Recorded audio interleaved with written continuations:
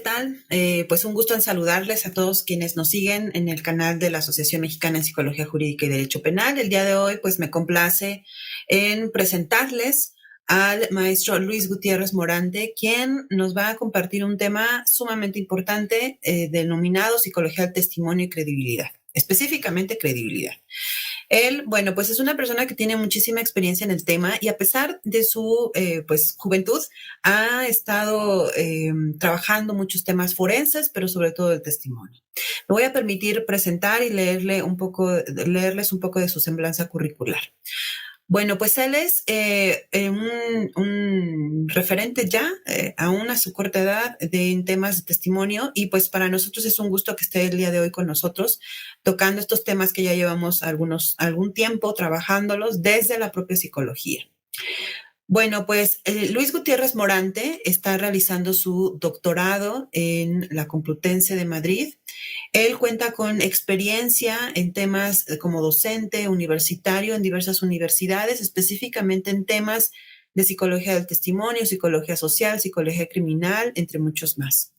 Ha realizado también peritajes y contraperitajes. Y bueno, pues actualmente él tiene muy fuerte trabajando la línea de psicología del testimonio.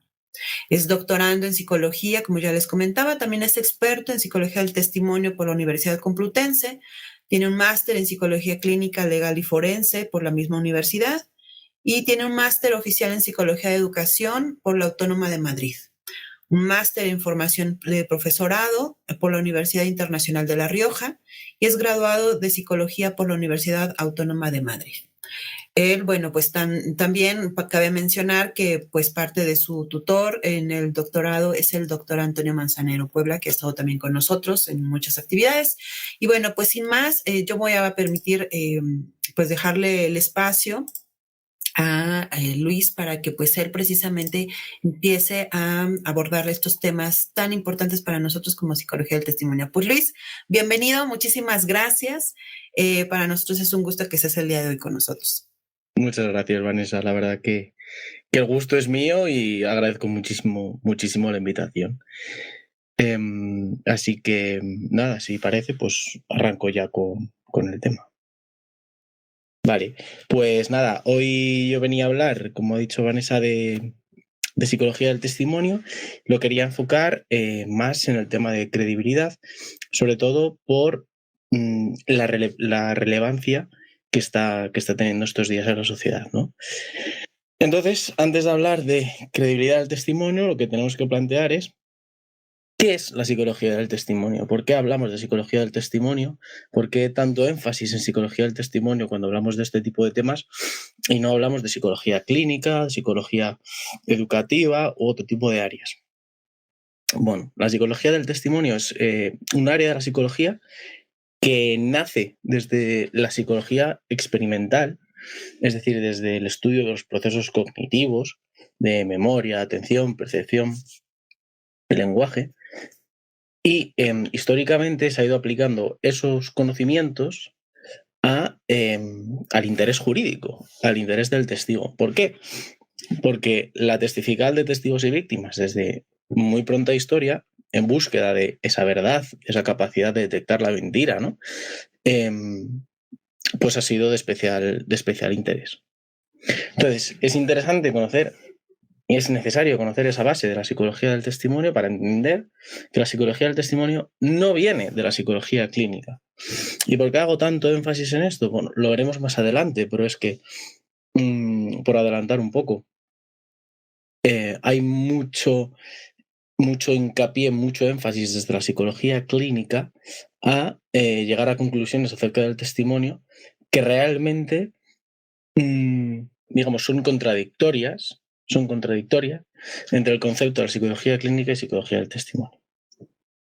Entonces, ¿qué es la psicología del testimonio? Bueno, pues eso, la entendemos como la aplicación del funcionamiento de los procesos cognitivos para valorar la fiabilidad de un testimonio, de la prueba testifical.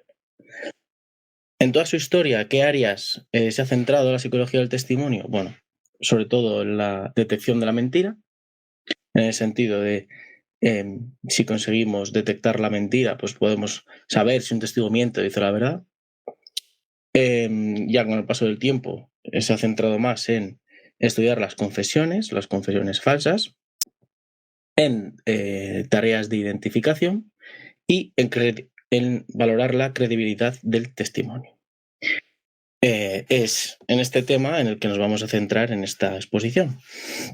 Entonces, si vamos a valorar la credibilidad del testimonio, lo primero es entender o definir qué es un testimonio. Bueno, pues un testimonio no es más que la expresión verbal de un recuerdo, de unos sucesos, de unos episodios pasados. Por supuesto, entra en juego la memoria. Entra en juego la memoria porque cuando uno está declarando o testificando un suceso, ese suceso ya está pasado. Entonces, uno está contando aquello que recuerda, ¿o no? Cuando hablamos de memoria, hablar de memoria es un proceso en el que se ven involucrados otros procesos cognitivos, como son la atención, la percepción y el lenguaje. Por eso, conviene tener mucho conocimiento acerca de memoria, de atención, de percepción y de lenguaje para poder valorar correctamente una credibilidad del testimonio. La pregunta aquí es, cuando uno está testificando, cuando uno está declarando unos hechos pasados, puede o bien estar contando aquello que recuerda o bien estar mintiendo deliberadamente. Entonces, tenemos que distinguir qué es mentira, qué es credibilidad. Bueno, entendemos mentira como esa acción deliberada, intencionadamente, de faltar a la verdad o ocultarla. Durante muchos años se han procurado diversos medios, diversas tecnologías incluso, para detectar la mentira, como puede ser el polígrafo. Y el interés es evidente. Si puedo detectar la mentira, puedo llegar a una resolución judicial correcta, sin error. El problema es que desde la psicología no hay método fiable a día de hoy para saber si una persona miente o dice la verdad. De hecho, es que muchos estudios, incluso donde se compara a profesionales que por su actividad profesional supuestamente deberían ser más capaces para detectar la mentira, el caso es que no lo hacen mejor que la persona alega, que la persona de a pie. Y es que la tasa de acierto no supera la tasa de azar. Por tanto, a día de hoy no contamos con forma de ninguna manera para decidir si el testimonio de una persona es mentira o es verdad. Entonces, lo único que nos queda es valorar la credibilidad. La credibilidad es una valoración subjetiva de la exactitud de un relato, entendiendo por exactitud de un relato la correspondencia entre ese relato y la realidad. Es decir, yo puedo estar contando un episodio que me ocurrió hace un tiempo y ese episodio, ¿cómo sé yo hasta qué punto aquello que estoy contando es exactamente lo que pasó, cómo pasó, con quién pasó, cuándo pasó, dónde pasó? A menos que tengamos unas fotografías o una grabadora de vídeo o una prueba material objetiva que me permita a mí contrastar ese testimonio con el evento, con la realidad, es imposible de una manera objetiva llegar a conclusiones de esa correspondencia. Por eso, la valoración de la exactitud siempre será subjetiva. Podemos estimarla, pero no podemos dar una respuesta fehaciente de que un testimonio corresponda en qué medida con el pasado. Pero bueno, a eso entraremos más adelante. Por ahora, lo principal es hablar de memoria. ¿Qué es la memoria? Y, por supuesto, ¿qué es el olvido? La memoria es un proceso reconstructivo y reinterpretativo que la información se codifica, se retiene durante un tiempo y posteriormente se recupera, es decir, se recuerda. Cada vez que recordamos se dice que es un proceso reconstructivo y reinterpretativo porque cada vez que recordamos estamos reconstruyendo ese proceso, esa información. No es que la información entre en la cabeza y se quede ahí, como si de un ordenador se tratase y luego simplemente hay que abrir el fichero y ¡puf! Aparece mi recuerdo. Eso es algo que es bastante habitual de ver en las películas, pero que ni mucho menos se corresponde con la realidad. Una profesional muy reconocida en este ámbito a mí me explicó una paradoja una vez, una metáfora, que es, de ahí la fotografía que veis en la pantalla. Pensaba la mariposa que de pequeña era mariposita. Una mariposa, antes de ser mariposa, por supuesto, no es mariposa. Entonces, esa metáfora lo que quiere venir a decir es, cuando somos adultos, recordamos la información desde el punto de vista de un adulto, incluso información de cuando éramos pequeños. No no somos capaces de recuperar esa información, por ejemplo, de un evento de cuando teníamos 5 años, como si tuviésemos 5 años, porque tenemos un conocimiento sobre el mundo, tenemos experiencias, tenemos nueva información, que por supuesto influye en nuestra recomposición del recuerdo. Entonces, eso es importante para entender que todo lo que nosotros recordemos lo recordamos desde el punto en el que estamos, no desde el pasado. Y luego se produce un efecto del olvido. ¿Qué es el olvido? Bueno, pues el olvido es la incapacidad de recordar información que ha sido recordada previamente. Es importante resaltar esto porque en el contexto forense en muchas ocasiones se habla de recuerdos o memorias reprimidas. Si esa memoria nunca ha sido recordada, esa memoria o ese recuerdo no es olvidado. Es una información que entra y que tiempo después aparece el primer recuerdo. Entonces, nunca ha sido olvidada porque nunca ha sido recordada con anterioridad. Parece ser que las memorias reprimidas ceden más a ser recuerdos falsos que a ser memorias realmente reprimidas. Tema de los recuerdos falsos lo vamos a hablar en breve, entonces no me quiero meter ahí, tampoco es cuestión de este tema, eso daría casi para otra charla completamente entera, pero sí creo que es algo que hay que dejar pendiente hablando en esta cuestión porque en la práctica profesional muchas veces puede llegar esto. Entonces, la memoria, como vengo diciendo, es un proceso en el que la información se codifica, es decir, se percibe, se presta atención, entra, digamos, en nuestra cabeza, entre comillas, se retiene durante un periodo de tiempo y se recupera. Una vez se recupera la información, seguramente se volverá a recuperar más adelante. Entonces se produce otro periodo de retención hasta la siguiente recuperación.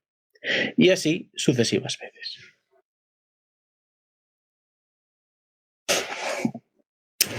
Por ahora yo estoy hablando de memoria, pero tenemos que entender que hablar de memoria como tal realmente es un error.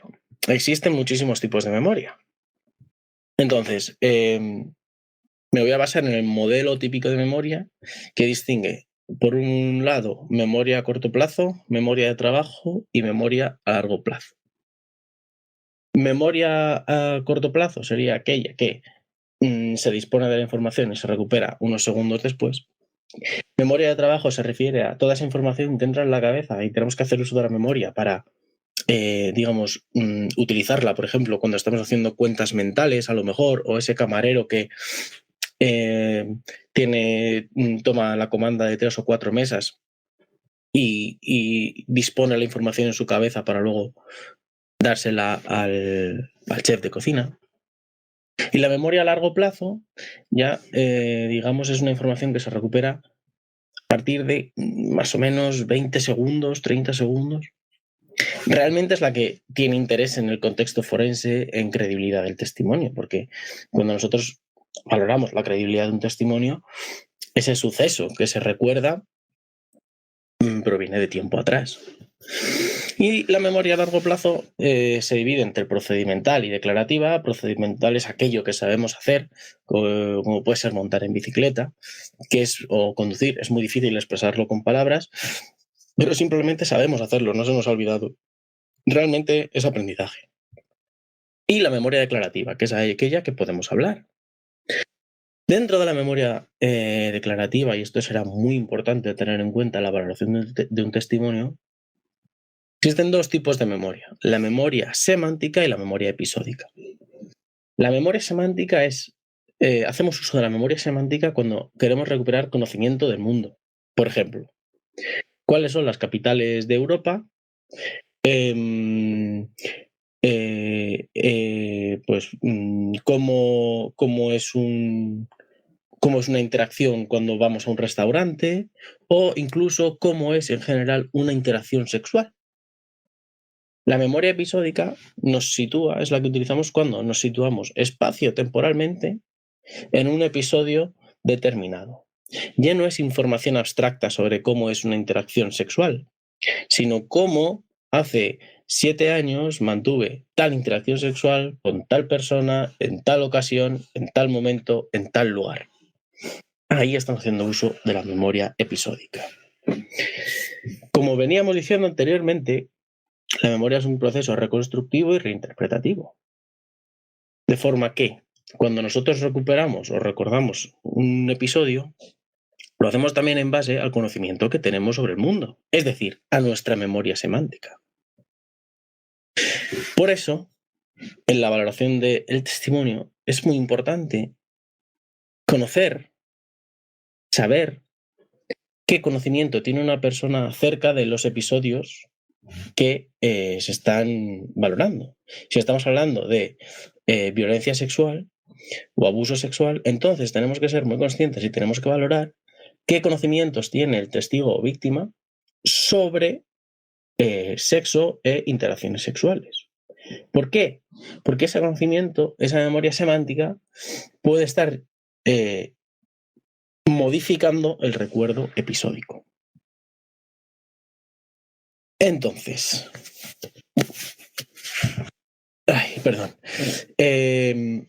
cuando hablamos de credibilidad y queremos valorar la exactitud de ese relato de una manera subjetiva, necesitamos conocer la información episódica de ese día en concreto, de ese episodio en concreto. A mí no me interesa saber que el menor sepa cómo se lleva a cabo una interacción sexual, o que el menor sepa cómo se produce una felación. A mí lo que me interesa es saber ese día en concreto con qué persona, qué te pasó a ti. Entonces, en ese sentido, tenemos que tener muy presentes los errores de memoria. ¿Hasta qué punto un recuerdo que tenga un menor sobre un episodio en concreto puede ser más o menos equívoco? ¿Cómo se pueden producir esos errores de memoria? A lo largo de todo el proceso de codificación, retención y recuperación, hay muchísimas variables que pueden llevar, la primera, el paso del tiempo, a que el recuerdo sea inexacto. Loftus, Miller y Barnes encontraron y definieron lo que es el efecto de información engañosa. El efecto de información engañosa supone que una vez se ha codificado cierta información, en el periodo de retención se puede añadir información falsa y se ve cómo esa información falsa luego es introducida en la memoria. No siempre, por supuesto, no siempre. ¿Qué hicieron ellos? Ellos enseñaron un vídeo, un vídeo de tráfico, y posteriormente pidieron a los participantes que contestasen a varias preguntas. Una pregunta de ellas era la pregunta clave, que contenía información falsa. Cambiaba lo que es una señal de tráfico. Ellos veían un stop y les sugerían, diciendo en esa pregunta, ¿viste la señal de ceda el paso cuando ocurrió el accidente? Entonces lo que se ve es que luego, analizando las respuestas, muchos participantes aceptaron que habían visto un ceda el paso en el vídeo, cuando realmente no habían visto un ceda al paso, sino una señal de stop. Y en una tarea de reconocimiento dijeron ver la señal de ceda al paso. Por tanto, con una información tan simple en una pregunta metida de una manera muy sutil, el recuerdo puede cambiar. Porque una vez se acepta esa información, el recuerdo es susceptible a modificarse acorde a esa información falsa. El problema que tenemos aquí es que el recuerdo original no se mantiene. No se puede acceder a ese recuerdo original de la señal de stop. Una vez la información se ha aceptado, la información falsa se ha aceptado y se ha incorporado a la memoria, ese va a ser el recuerdo fehaciente y el recuerdo que para el individuo va a ser real. Otra manera de generar información falsa, bueno, simplemente con el lenguaje. Loftus y Palmer diseñaron un experimento donde enseñaron a los participantes un vídeo de un accidente de tráfico y hacían diferentes preguntas sobre ese accidente de tráfico. Y una de esas preguntas era una pregunta clave. Y lo que hacía era cambiar el verbo. Ellos preguntaban que a qué intensidad se tocaban, se chocaban, impactaban o se estrellaban los vehículos. Ese cambio de verbo en esa pregunta, es decir, cada participante leía la pregunta con uno de esos verbos, ese cambio de pregunta era suficiente para conseguir dos efectos. Primero, que los participantes cambiasen la velocidad estimada a la que los coches impactaban. Es decir, aquellas preguntas de a qué velocidad se tocaban los coches, las respuestas de velocidad eran menores que aquellos participantes a los que se preguntaba a qué velocidad se estrellaron los coches. Pero es que además, aquellos participantes que fueron preguntados a qué velocidad se estrellaban los coches, tenían una probabilidad mucho más elevada de recordar cristales rotos en el suelo y cómo un coche se le rompían las ventanas. Cosa que en el vídeo no aparecía. Es decir, solo mediante la manera de preguntar podemos conseguir recuerdos falsos. Esto en adultos. En niños el efecto, pues, podemos suponer que es mayor. ¿Cómo se viene estudiando la credibilidad del testimonio desde hace unos años atrás? Bueno, a partir del SVA, el Statement Validity Assessment.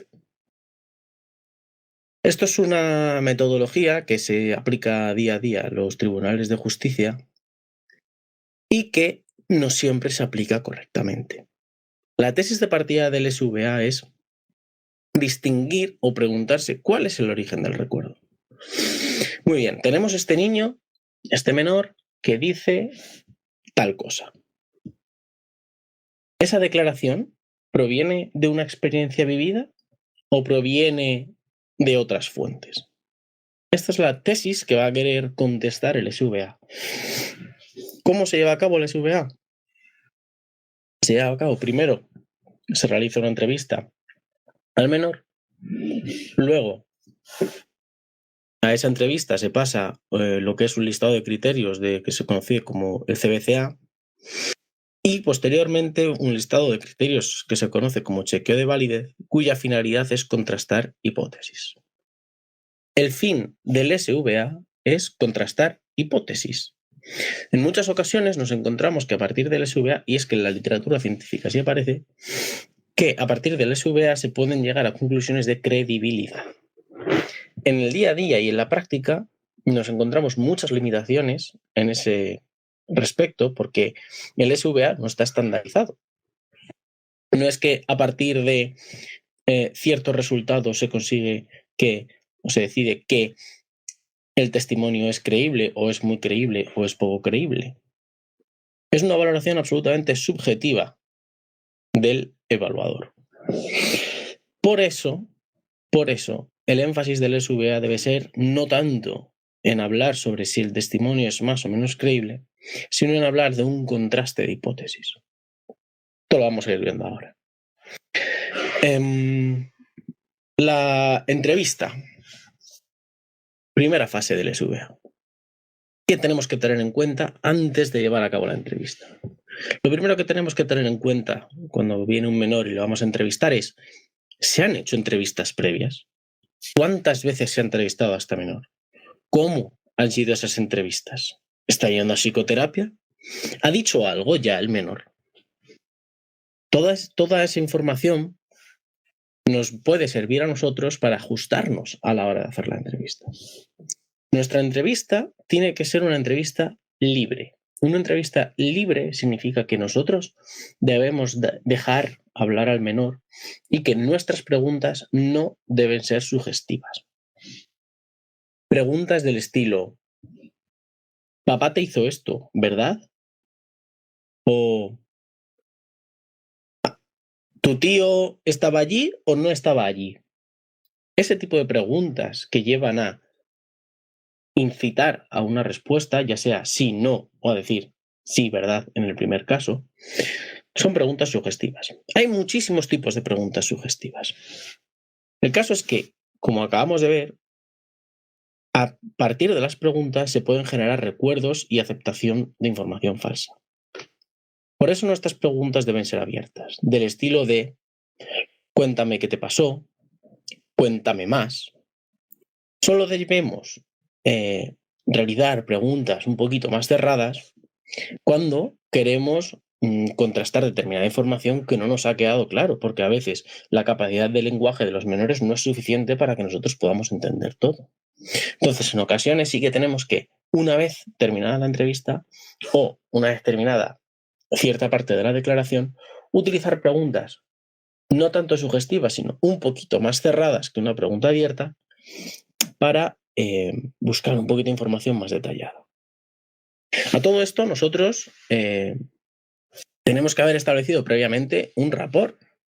Nosotros tenemos que tener cierta confianza con el menor para que el menor se abra con nosotros y nos cuente. Yo soy partidario en ese sentido de no vestir de traje en muchas ocasiones, sobre todo hablando de menores más pequeños. A mí lo que me interesa es que el menor me cuente información. A mí me interesa que el menor tenga confianza para hablar conmigo. Para eso tengo que establecer un rapport antes de empezar la entrevista. ¿Cómo puedo establecer un rapport? Pues lo primero que tendré que hacer es enterarme de los gustos del menor. Que al menor le gusta Patrulla Canina. Bueno, pues me tendré que estudiar un poco de Patrulla Canina, que son unos dibujos animados, a ver quiénes son los protagonistas y demás. Que al niño le gusta el fútbol. ¿Cuál es su equipo?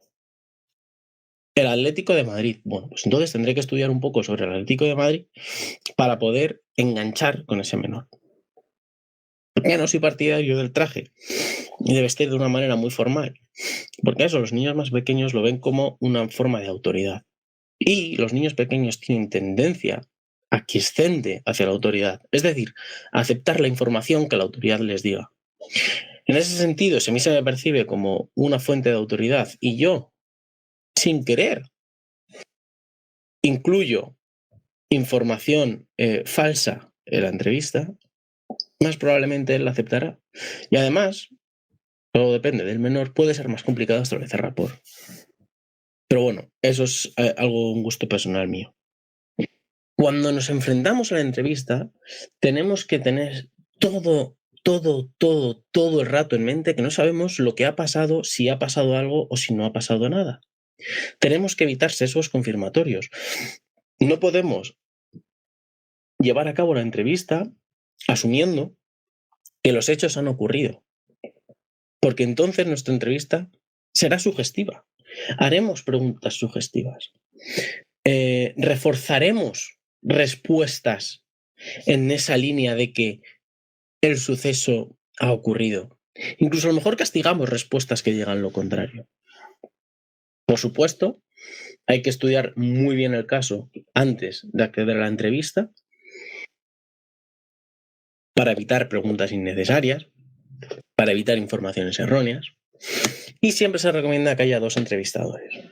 Un entrevistador, que es el que lleva la voz cantante y el que hace más entrevistador, y un segundo que está un poco más al margen, pues tomando notas, escribiendo preguntas que a lo mejor se hayan quedado en el tintero y haya que volver a preguntar. Eso como preparación. Como dato fundamental, la entrevista tiene que ser grabada mínimo en audio, con un buen audio. Y a día de hoy todos o casi todos tenemos un teléfono móvil en el bolsillo o podemos acceder con una grabadora que nos va a permitir un buen audio de la entrevista. ¿Por qué? Porque esa entrevista, para poder aplicar el CBCA, que lo vamos a ver ahora, tiene que estar transcrita. Si el audio es malo, es de baja calidad, esa entrevista no valdrá para nada, porque no se podrá aplicar el SVA sobre esa entrevista. Eso implica que haya que volver a entrevistar al menor, lo que implica dos cosas. Uno, en caso de que los hechos hayan pasado o de que, aunque no hubiesen pasado, el menor esté sufriendo por ello, se le está revictimizando. Dos, debido al mayor paso del tiempo y debido a la recuperación múltiple, es decir, está volviendo a recordar el suceso, la validez de ese testimonio será menor. Entonces, algo fundamental a la hora de hacer una entrevista es grabarla. Primero, para no tener que volver a entrevistar al menor y perder la calidad de su testimonio. Segundo, para no revictimizarle. Una vez tenemos la entrevista transcrita, toca aplicar los criterios del CBCA, que son 19 criterios que se aplican sobre lo que verbaliza el menor. Y esto es importante, porque muchas veces lo que ocurre es que el entrevistador hace preguntas cerradas que el niño contesta como sí, no, y esa información se toma como adepta para admitir la presencia o la ausencia de un criterio determinado.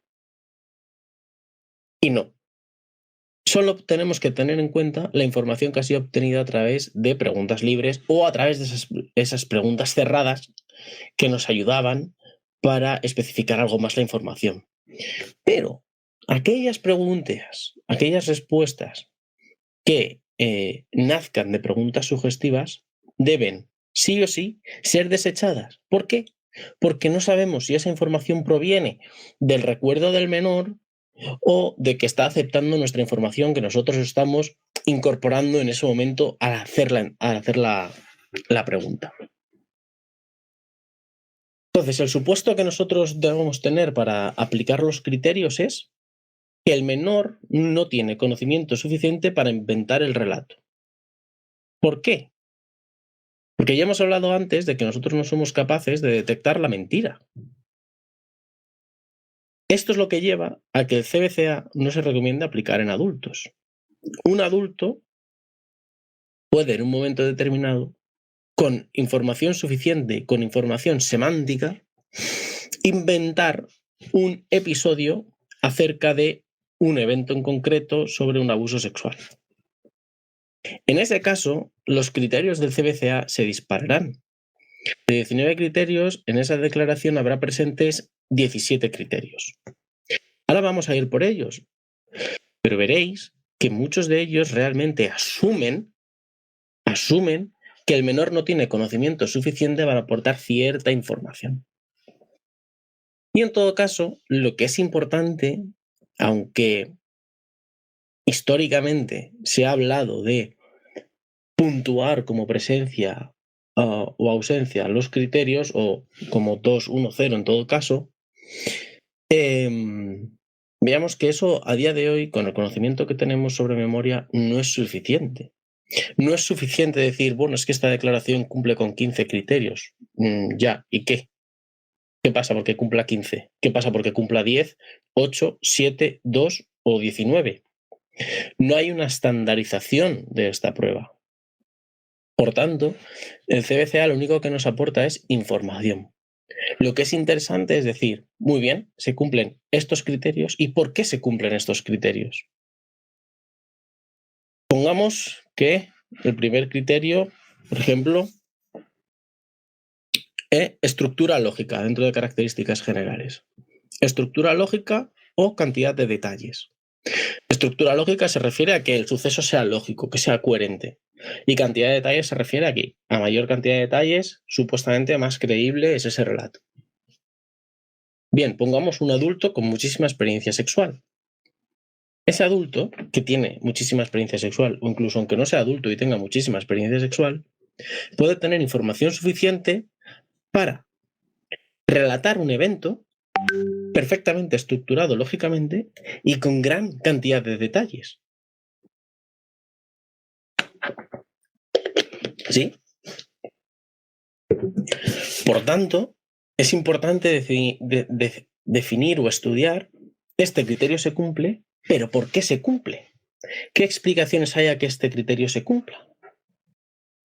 Entonces, el CBCA, aquí se presentan 19 criterios divididos en 5 categorías. Las 5 categorías serían características generales, que hablan sobre la declaración en general, contenidos específicos y peculiaridades del contenido, que habla sobre el propio contenido de la declaración, contenidos sobre la motivación, que se refieren a las distintas motivaciones que puede tener el menor para declarar información falsa, y elementos específicos que únicamente incluye un criterio que se refiere a que digamos, la declaración sea congruente con las características habituales que tienen ese tipo de ofensa.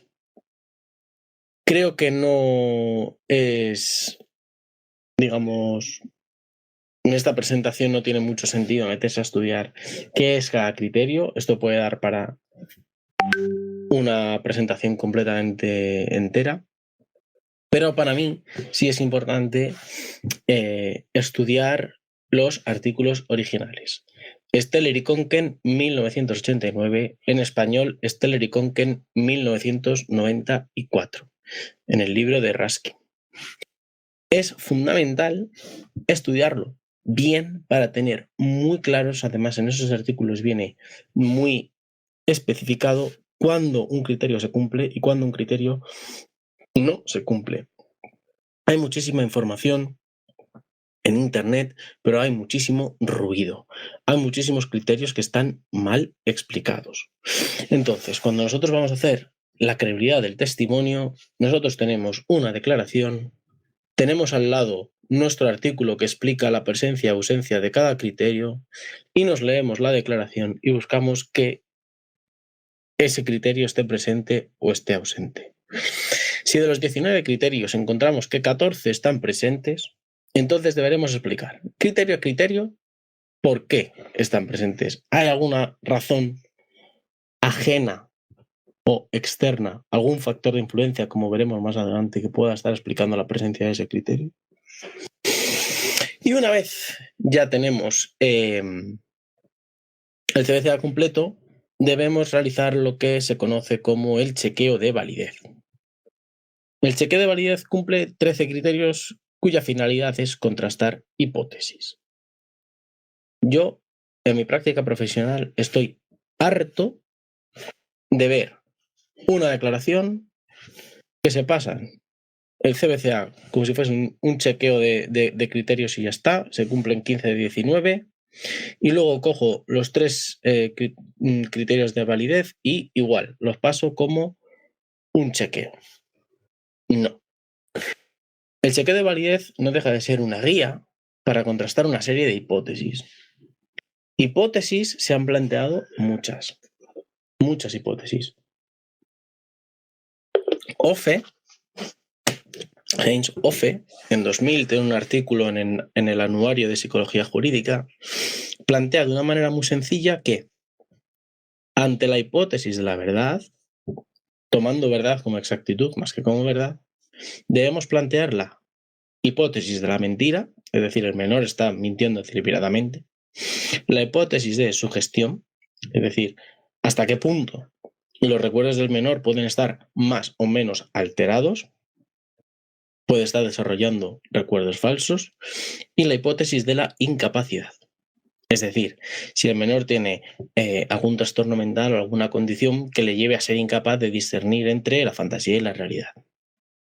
Raskin y Espin en 1991 aportan también otras diferentes hipótesis, como puede ser que la declaración del menor es válida, pero se puede estar produciendo un cambio de identidad.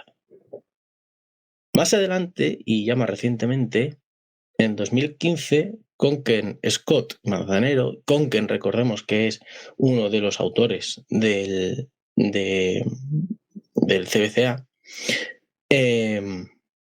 plantean incluso nuevas hipótesis, ¿bien? Sobre todo destinadas a valorar qué factores de influencia sobre la memoria pueden estar afectando a que se esté desarrollando un recuerdo falso. Y al final, esa es la idea del SVA, valorar diferentes hipótesis que puedan explicar por qué ese menor está relatando eso que esté relatando. Por supuesto, el SVA con el paso del tiempo se ha demostrado que tiene muchísimas limitaciones. En primer lugar, hay que valorar que el menor tenga competencia suficiente para declarar. Que tenga competencia suficiente, pero que al mismo tiempo no tenga demasiados conocimientos sobre ese tema. En segundo lugar, en ocasiones no se tiene una correcta entrevista y por tanto no hay información suficiente y los profesionales, sobre todo desde la psicología clínica, hacen uso de juegos o de dibujos o de test psicodiagnósticos para llegar a conclusiones e inferencias del propio entrevistador y llegar a conclusiones que nada tiene que ver con lo que el niño ha verbalizado, porque el niño simplemente no ha verbalizado nada. En ocasiones nos encontramos con entrevistas donde el entrevistador habla más que el niño. Y eso, al transcribirlo, se ve perfectamente. Porque el entrevistador se ve que tiene frases de partes con 6-7 frases que habla él y el niño no hace más que dar respuestas dicotómicas de sí, no o 3-4 palabras. Si las frases que tenemos son demasiado cortas, son de sí, no, no hay información disponible, porque el menor no está contando nada. Por supuesto, ante técnicas de ante técnicas de entrevista inapropiada, la información que hayamos obtenido no será válida, porque no será fiable. Y otra limitación bastante importante es el entrenamiento en el CBCA. Con el paso del tiempo y como estrategia jurídica, se prepara a los testigos para el interrogatorio. Se ha visto y se está muy estudiado cómo el entrenamiento en el CBCA puede llevar a que la declaración aumente la cantidad de criterios que aparezcan. Es decir, que imaginemos, si en un entrenamiento en la declaración aparecerían 10 criterios y con un entrenamiento podrían estar apareciendo 13-14. Eso es una importante limitación de validez del CBCA. Y por último, para mí, desde mi punto de vista, la limitación más importante del SVA es que, por sí mismo, y aunque se hable de credibilidad o de no credibilidad en la práctica diaria, por sí mismo el SVA no permite esclarecer si una declaración proviene de un recuerdo o de una fuente externa. Como no puede, pues es una herramienta que no lo permite, igual que un test de personalidad no permite valorar niveles de inteligencia, debemos hablar únicamente de contraste de hipótesis. ¿Conseguimos contrastar la hipótesis de la sugestión porque no hay fuentes sugestivas? ¿Conseguimos descartar la hipótesis de la mentira porque el menor no tiene conocimiento suficiente para elaborar una mentira y no tiene motivaciones espurias para hacerlo? ¿Conseguimos descartar la hipótesis de la incapacidad porque el niño tiene correcta capacidad para testificar y para distinguir entre fantasía y realidad? Entonces no nos queda más que apoyar la hipótesis de que el relato puede corresponder a una vivencia real, porque hemos descartado las otras tres. ¿Hasta qué punto? Pues bueno, no se sabe. Por eso, a partir de todas estas limitaciones, ya desde el 2015 y en el 2018 se ha desarrollado un libro al respecto, se puede llevar a cabo el método HELP, que es la el estudio holístico de la evaluación de la prueba testifical. Con este método se pretende estudiar todos aquellos factores que pueden afectar a la memoria desde el momento de codificación hasta el momento de recuperación y en qué medida pueden estar llevando a que la declaración del menor sea más o menos falsa.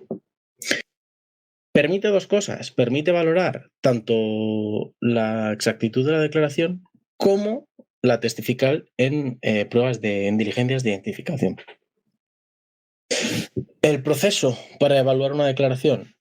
Lo primero es coger toda la documentación judicial y estudiarla. Y a partir de ahí valorar los factores de influencia. Bueno, pues encontramos estos factores que pueden estar afectando a la memoria. Segundo punto, valorar la capacidad de declarar del menor. Ellos proponen el procedimiento de Capalist, que es un pequeño librito, y ahí en el propio libro de González y Manzanero 2018 se explica bien este procedimiento, que básicamente permite valorar la capacidad de atención, de memoria del menor, o también está diseñado para personas con discapacidad intelectual, que permiten ajustar la manera en la que se va a tomar la declaración. Tercer paso, tomar la declaración, es decir, realizar la entrevista al menor. Cuarto paso, analizar esa declaración con el CBCA. Pero, como venía diciendo antes, no diciendo este criterio está presente, este criterio no está presente, este criterio está presente, este criterio no está presente, sino este criterio está presente, ¿por qué? Puede estar explicado por factores externos, por factores de influencia. Por ejemplo, la coherencia puede estar explicada porque el menor consume pornografía y por tanto tiene conocimiento sexual. Y finalmente, con toda esa información, realizar un contraste de hipótesis. Bueno, estas son las hipótesis que estaba comentando anteriormente: incapacidad, mentira y sugestión. Como veis, hay muchas preguntas que se pueden hacer para cada una de las hipótesis. Por ejemplo, ¿cómo descartar la hipótesis de la sugestión? Se está produciendo un cambio de identidad porque el procedimiento sea sugestivo. Se puede haber estado desarrollando un falso recuerdo porque el menor lleva años yendo a psicoterapia con el fin de revelar los episodios. Se pueden estar incorporando detalles falsos. ¿Qué detalles? Para eso habrá que comparar diferentes relatos. Mentira. ¿Cómo podemos valorar si el menor está mintiendo o no? ¿Se está reforzando al menor desde que ha revelado los hechos? ¿Por qué ha revelado los hechos? ¿Cuál fue la primera revelación? ¿En qué contexto? ¿Fue en un contexto donde al revelarlo pudo estar obteniendo algún beneficio? ¿Fue esa revelación libre o esa revelación fue sugestiva? Hay motivos que puedan estar llevando, motivos ajenos que puedan estar llevando al menor a mentir, como por ejemplo esos refuerzos. ¿Cuál es la capacidad cognitiva del menor? ¿Tiene conocimiento suficiente? ¿Tiene capacidad para elaborar una mentira y tiene conocimiento suficiente para realizarla? Otras cuestiones relacionadas con la intervención clínica. En el contexto forense, en el día a día, nos encontramos con conclusiones sobre la credibilidad del testimonio a partir de indicadores clínicos. Vamos a ver. A este respecto, lo primero es valorar cuál es la causa de ese indicador. Pongamos que el menor sufre de encopresis y pesadillas. ¿Qué es lo que lleva a ese menor a desarrollar encopresis y pesadillas? En muchas ocasiones, cuando ya hay una sospecha previa de abuso y se lleva al menor al psicólogo con estos indicadores supuestos, lo que se produce es que la entrevista de valoración del menor es sugestiva y hay un sesgo del propio profesional a querer, con toda la buena intención del mundo, conseguir que el menor relate esos hechos. Es decir, yo he llegado a mis propias conclusiones como evaluador, como profesional, antes de poder llegar a unas conclusiones reales. Y por tanto, estoy cayendo en el sesgo de confirmación de hipótesis. La realidad, y es que se encuentra en muchísimos artículos científicos, es que los indicadores clínicos que se utilizan para hablar de credibilidad del testimonio se encuentran también como causa de diferentes aspectos, como puede ser una separación parental. Muchos menores que sufren un divorcio por parte de sus padres comienzan a desarrollar en edades tardías encopresis, eneuresis, pesadillas, ansiedad, depresión, tristeza, insomnio, indicadores que en muchos casos se utilizan para llegar a conclusiones sobre abuso sexual infantil. Es decir, como el niño viene con encopresis, eneuresis y pesadillas, y como estos síntomas estén relacionados con abuso, concluyo que posiblemente este menor esté siendo abusado. Ya en 2004, Manzanero y colaboradores escribieron un artículo muy contundente en el que declaraban que en el contexto forense los indicadores de credibilidad, los indicadores clínicos son inadmisibles como criterio de credibilidad. ¿Por qué? Pues por esto mismo. Primero, porque aún no queda establecido una causa-efecto entre abuso sexual infantil e indicadores clínicos, porque muchos menores que son abusados sexualmente no desarrollan ningún síntoma clínico. Segundo, por lo que acabamos de comentar, de diferentes causas para mismos indicadores. Y tercero, porque existen unas limitaciones experimentales a la hora de desarrollar estos experimentos de estudios, y es que conociendo los errores que se producen en justicia sobre la vivencia o no de abusos sexuales, ¿cómo podemos saber que una persona ha sido abusada o no? No tenemos manera. Lo más objetivo que podemos tener es una sentencia judicial, pero es que una sentencia judicial puede estar equivocada.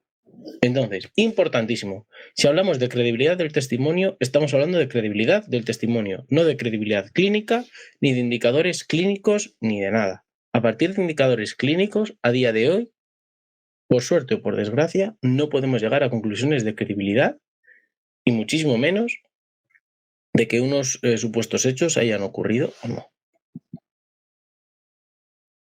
Mala praxis que nos encontramos en el día a día. Pues bueno, que los profesionales no cuenten con un conocimiento mínimo suficiente con respecto a la memoria, al desarrollo de recuerdos falsos, que tampoco tengan un conocimiento suficiente empírico sobre la aplicación del SVA o del HELP y que por tanto caen en errores de aplicación. Los errores más habituales, bueno, pues reducir el SVA al CBCA. Es decir, simplemente coger una declaración en la que la entrevista está bien o mal hecha y aplicar el CBCA como un listado de criterios. Y a partir de esos criterios ya decidir si es creíble o no creíble o poco creíble a ojos del propio evaluador. No valorar la edad del menor, es decir, tomar a un menor de 15, 16 años con los conocimientos sexuales que pueda tener como si fuese un menor de 4 o 5 años con los conocimientos sexuales que pueda tener. Muchos estudios están indicando que el acceso a la pornografía, la edad media del acceso a la pornografía es a los 8 años de edad. Entonces, la pornografía a día de hoy está teniendo un impacto importante a la hora de valorar la credibilidad del testimonio. ¿Por qué? Consumir pornografía implica tener conocimientos sobre cómo se pueden llevar a cabo ciertas prácticas sexuales, por tanto, memoria semántica.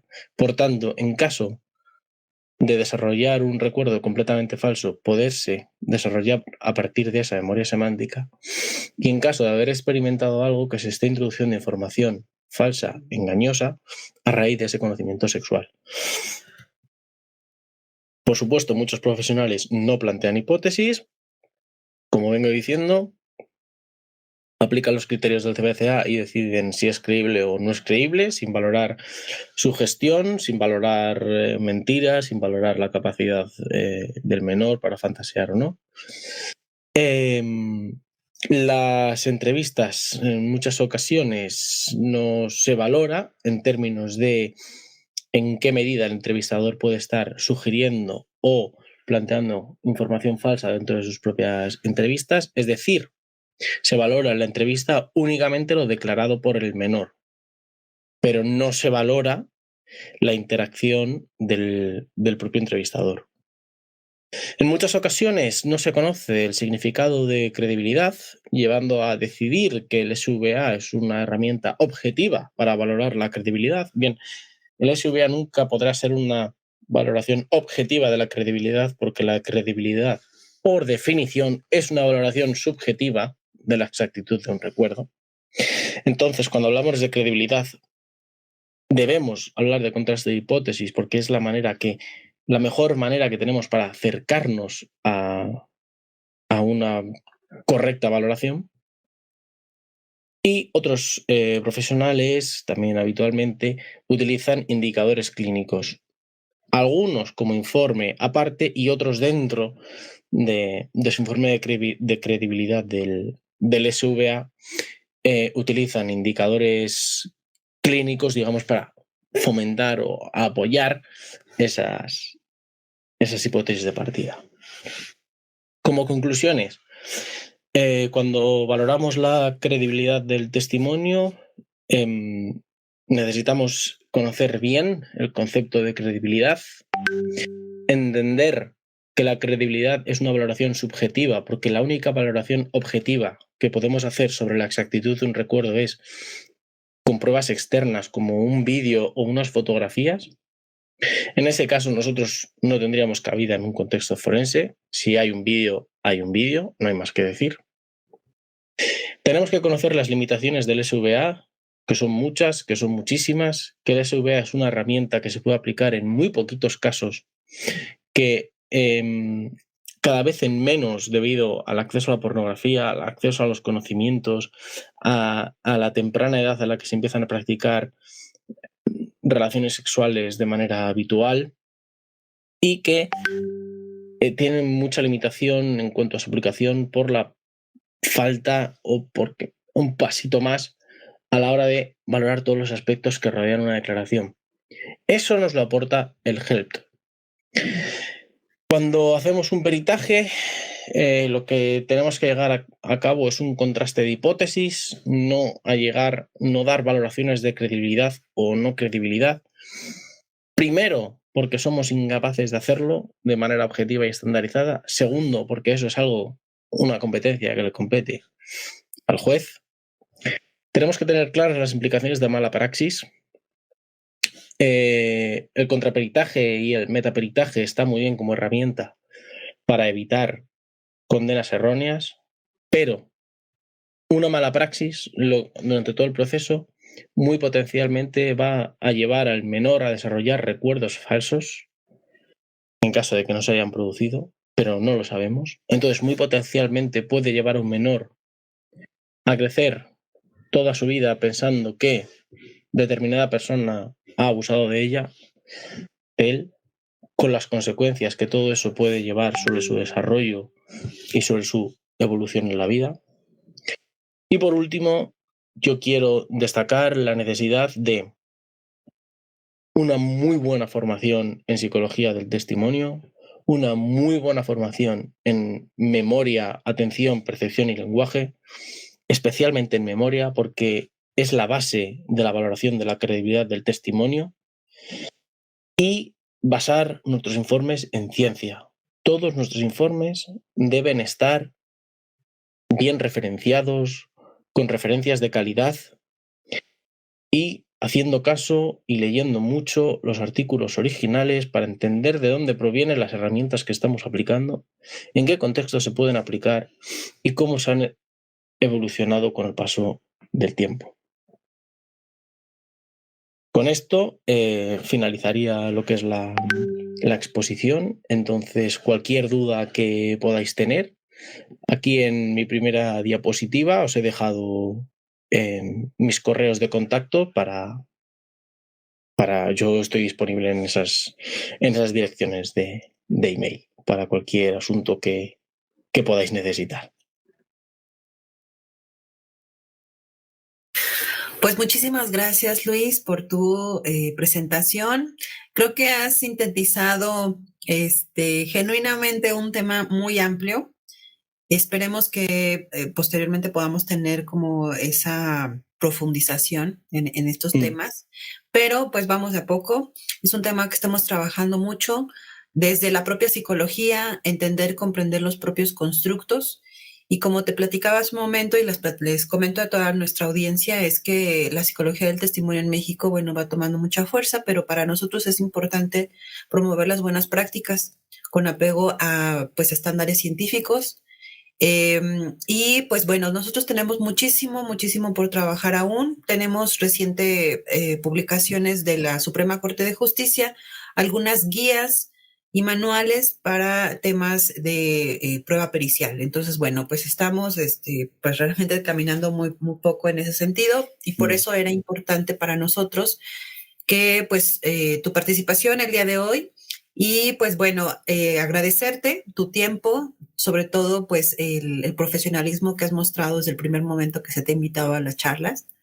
Y pues bueno, comentar que esta charla pues quedará de libre acceso y de forma permanente en nuestro canal para quienes deseen revisarla las veces que consideren necesario y también invitarles a que nos escriban sus dudas, sus comentarios en la caja de comentarios y pues para quienes desean constancia de participación también nos pueden escribir vía correo electrónico o WhatsApp para ver ese tema. Recuerden que este contenido es gratuito, sin embargo, la gestión de su constancia sí tendrá una cuota de recuperación. Pues bueno, Luis, muchísimas gracias. Esperemos que sea la primera de muchas veces que podamos trabajar en conjunto y pues nada, agradecerte. Nada, muchísimas gracias a vosotros, Vanessa. Yo encantado de volver cada vez que me llamáis y hubiésemos oportunidades, así que aquí estoy. No, pues muchísimas gracias a ti, de verdad agradecerte mucho tu tiempo y pues bueno, pues te quedamos pendientes, seguimos en comunicación para seguir generando puentes en estos temas de psicología del testimonio. Sí, genial. Bueno, pues muchas gracias, que todos tengan un excelente día, hasta luego.